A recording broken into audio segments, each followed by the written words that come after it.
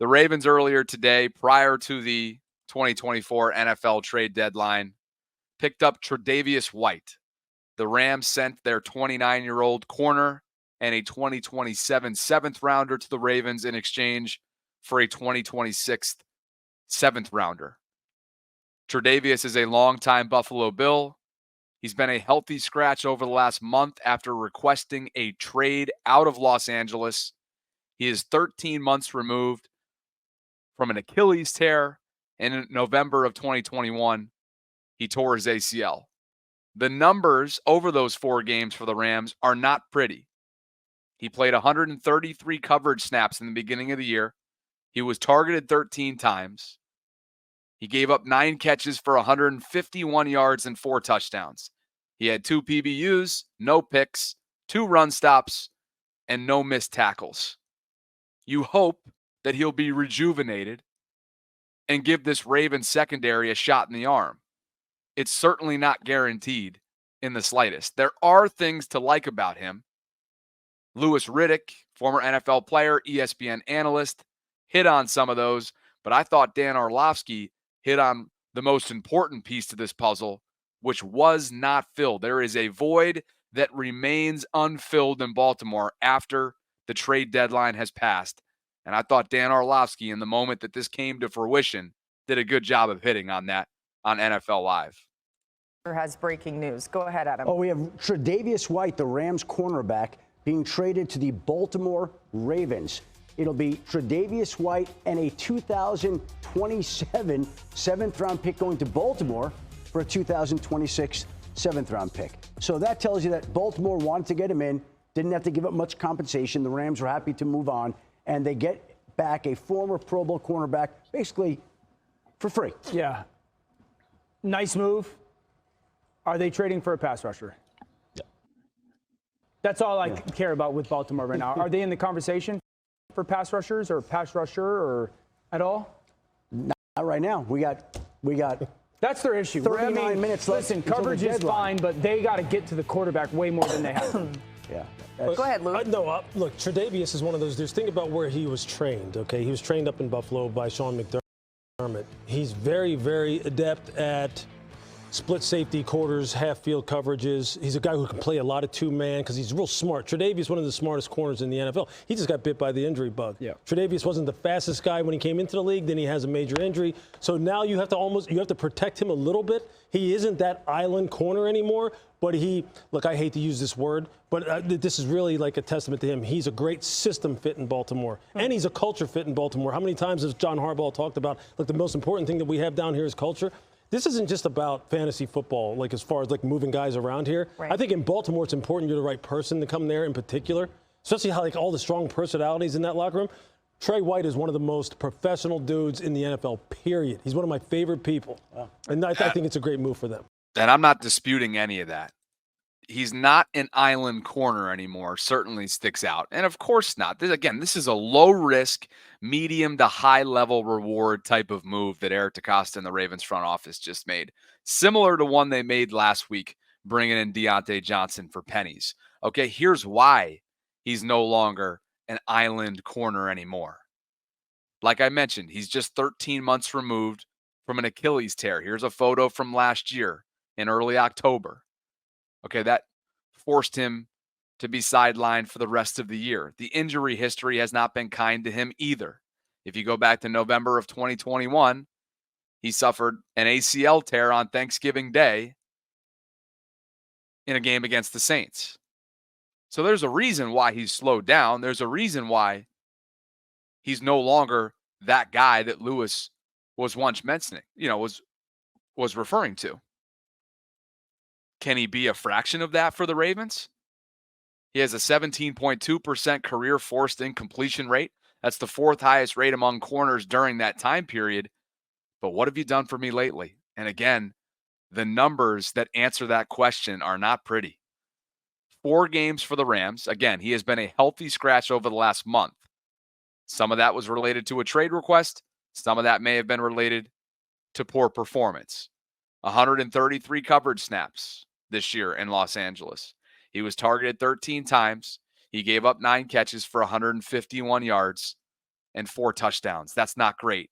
The Ravens are going to be betting on, at least from a depth perspective, that he will be rejuvenated in Baltimore's system, trying to compete for a championship and trying to give the Ravens secondary much needed depth.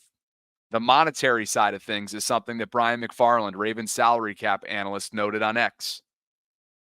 He has $750,000 in salary and over $470,000 in per game roster bonuses left on his 1-year deal. So unless the Rams ate some of his salary, his cap number for the remainder of this season would be over $1.2 million, assuming he plays in each of the final games. That 1.2, though, however, would reduce by over $58,000 for any game he might be inactive for. Could be the case this week on a short turnaround, being that the Ravens play in 2 days on Thursday Night Football against the Cincinnati Bengals. The reality is, when it comes to Deontay Johnson, when it comes to Tre'Davious White, the 2 newest Ravens, there's nothing to criticize about these moves. It's not about what the Ravens did. It's about what the Ravens didn't do. And I'm not saying that it was for a lack of effort or for a lack of trying. There was reports out there within the last couple weeks that they were going after Tre'Davious Smith. But maybe the in-division nature of that would-be trade prevented it from happening. He ends up going to Detroit, fills a major void with Aiden Hutchinson being down. The Lions are playing better, as good a football as anybody around the league. But when you look at what the Ravens didn't accomplish from a pass rusher standpoint, that is what's so glaring about this missed mark. When you look at the pass rush win rate so far from the Ravens up front, they are 22nd league-wide at 37%. This same Ravens team is actually a top 5, statistically speaking, sack defense. They just don't get enough pressure consistently. They don't get to the quarterback consistently enough. And that's the harsh truth. Just look at the tape over the last several weeks, whether it be Bo Nix, whether it be Jameis Winston, whether it be Baker Mayfield. These quarterbacks had the luxury and the comfort levels of posting up in the pocket, surveying the field, and making comfortable decisions, not under any kind of urgency. You'll carve up any defense like that. And when you have that kind of time, it puts your secondary and your island corners, a.k.a. Brandon Stevens, in no man's land. That's the issue here. That's why today is a missed mark from a Ravens front office perspective. There were moves made all around the league, and the Ravens fell short. Here were a few of them. Marshawn Lattimore goes to Washington, a big defensive piece for the Commanders. Of course, Devontae Adams, now weeks ago, ends up with the Jets. DeAndre Hopkins goes to Kansas City, had a big impact in last night's win over Tampa Bay. Amari Cooper went to Buffalo. Deontay Johnson became a Raven, of course. Mike Williams just today was sent to Pittsburgh from the New York Jets, a wide receiver. They also picked up a pass rusher in Preston Smith, who will be a rotational guy for the Steelers. Tre'Davious Smith, as I mentioned, becomes a Lion. Khalil Davis goes to San Francisco. Dallas gets Jonathan Mingo. The Josh Uche one is hard, right? That's one that you wish maybe the Ravens would have taken a flyer on. From New England, now to Kansas City. More pass rush arsenal for Andy Reid and company in Kansas City as they attempt to three-peat. And you can go on and on and on here in terms of some of the players that came off the board with these trade acquisitions. The Ravens missed the mark. This is a rare miss from the front office. My intention is not to come across as negative Nancy whatsoever. The facts are the facts. We have a 9-game sample size, guys, when it comes to what this defense is and what this defense isn't. We can talk about Zach Orr all we want. We can talk about the schematics all we want. We can talk about the personnel that are no longer there all we want, both players and coaches. The fact of the matter is they do not consistently bring pressure and put opposing quarterbacks in stressful situations. It's going to rear its ugly head. And most importantly, it's going to put the Ravens offense in a position where the margin for error is so thin. I don't know if that's sustainable. I don't know if that's something that you can win a Super Bowl on. I have question marks on whether or not that is realistic to expect. Kyle Van Noy is 33 and playing some of his better football the last 2 years. But over the last month, he's been quiet. He's been held at bay. They're chipping him. They're double teaming him. Same thing with Justin Madubuike. The Ravens defensive front doesn't scare you. And it's banged up right now as well. Michael Pierce, the big nose tackle in the middle, big run stuffer specialist. He's down for the next month, at least, on injured reserve. Brent Urban is banged up and on the older side with a concussion protocol. Who else am I missing? Travis Jones with his ankle. He's been hobbling around. He was only available last weekend on an emergency case basis. The weekend prior, when he watched the tape in Cleveland, he wasn't himself. When he's 100%, don't get me wrong, the dude's a force to be reckoned with. And I hope that he can kind of get himself right with treatment in season to make himself available. The Ravens need him up front. This number one ranked rushing defense will be tested.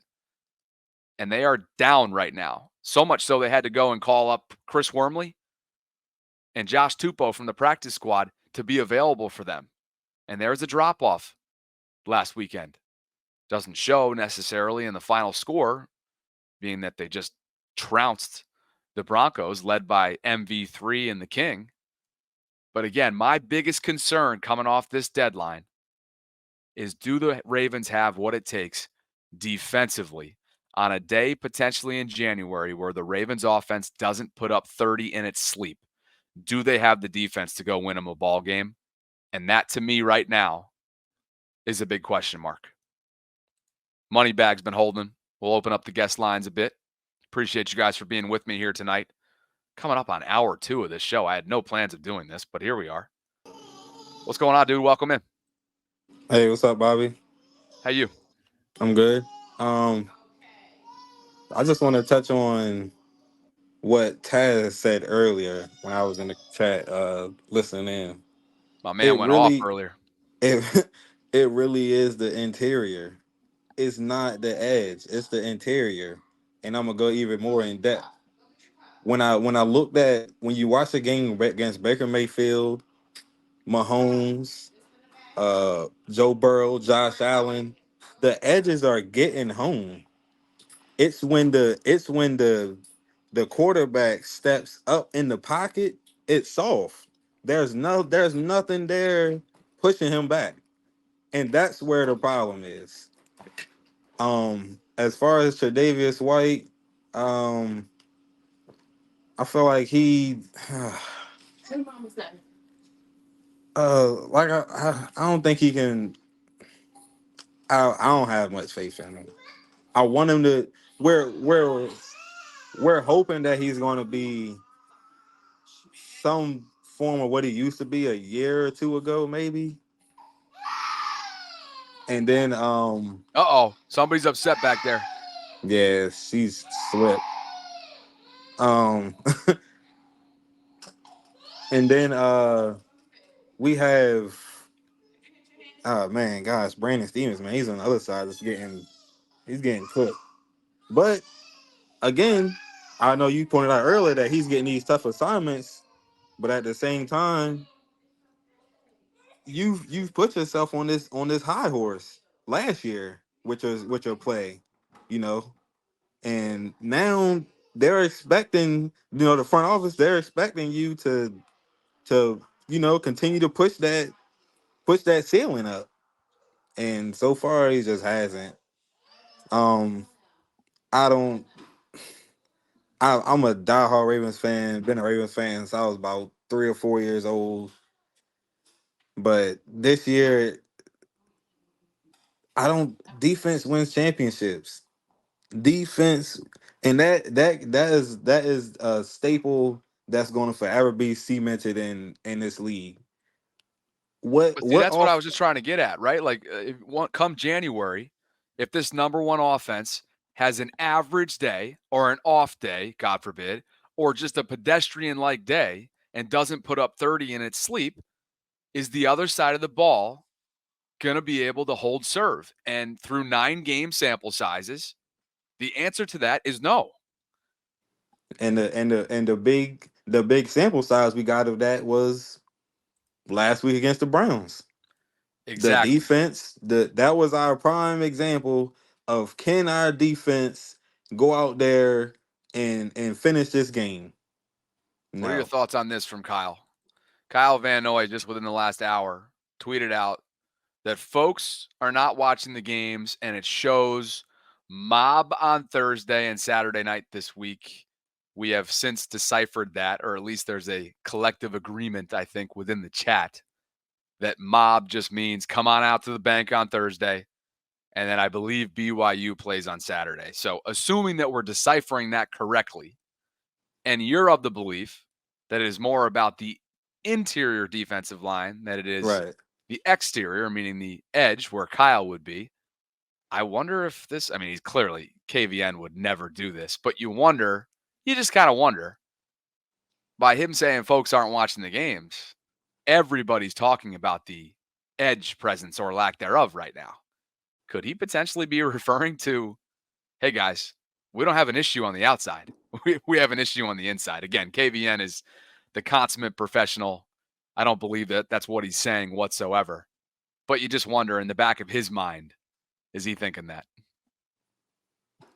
Yeah, I think he is. I believe he is. He knows, the players know, they know where the issues really lie, when it all boils down to it. And I'm not sure what he means by this tweet though. I don't know where he was going with that one.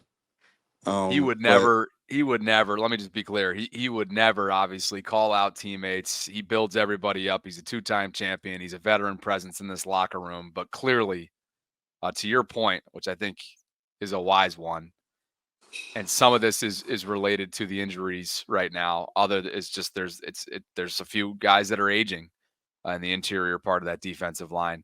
yeah, That's an area of weakness right now, despite being the top ranked defense rushing wise.